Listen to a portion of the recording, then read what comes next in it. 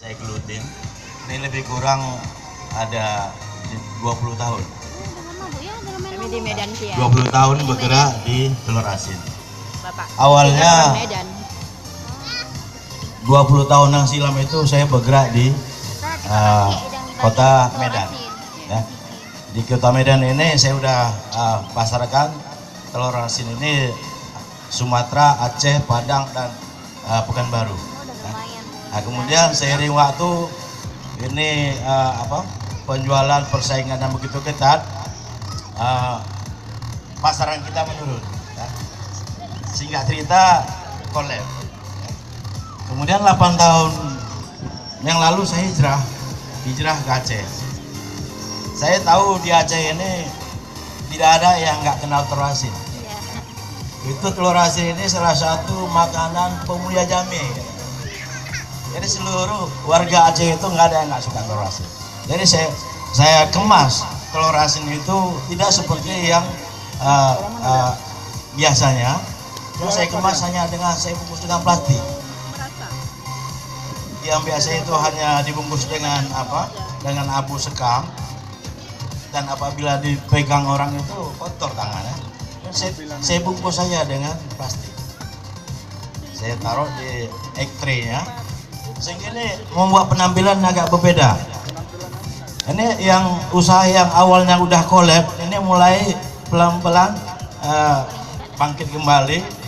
Dan ini udah artinya seluruh pasar yang ada di Aceh yang ada kemasan plastik itu Bima punya. Ya. Kemudian ini dalam tahun-tahun terakhir ini saya buat kemasannya meningkat lagi. Seperti kata Pak Saiful tadi, perlu kemasan yang menarik. Saya buat kemasan yang ada 4 butir, 6 butir, 10 butir. Ini yang udah direbus.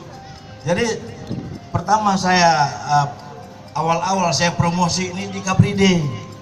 Ya, setahun yang lalu itu saya promosi di Capride. Memang penjualan di Capride ini nggak begitu mencolok.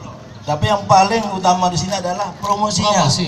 Promosi ini banyak orang lihat, apalagi board kita agak sedikit gitu kan, kinclong gitu kan. Nah, jadi ini menambah perhatian dari pengunjung Capride. Sehingga ini banyak pesanan-pesanan melalui telepon ataupun melalui grup-grup WA. Ya, dengan adanya promosi itu, ini peningkatan penjualan itu bisa mencapai 10% dari yang sebelumnya. Nah, ini yang jadi permasalahan di Bo Iti Masin ini kan. Ini kita sumber bahan bakunya ini kita sedikit agak kecewa karena kita masih impor 100% impor dari Medan. Apakah kita di Aceh nggak bisa memproduksi telur bebek? Bisa. Satu-satunya fakultas kedokteran hewan yang ada di Sumatera ada di Aceh. Ya, termasuk saya salah satu alumninya.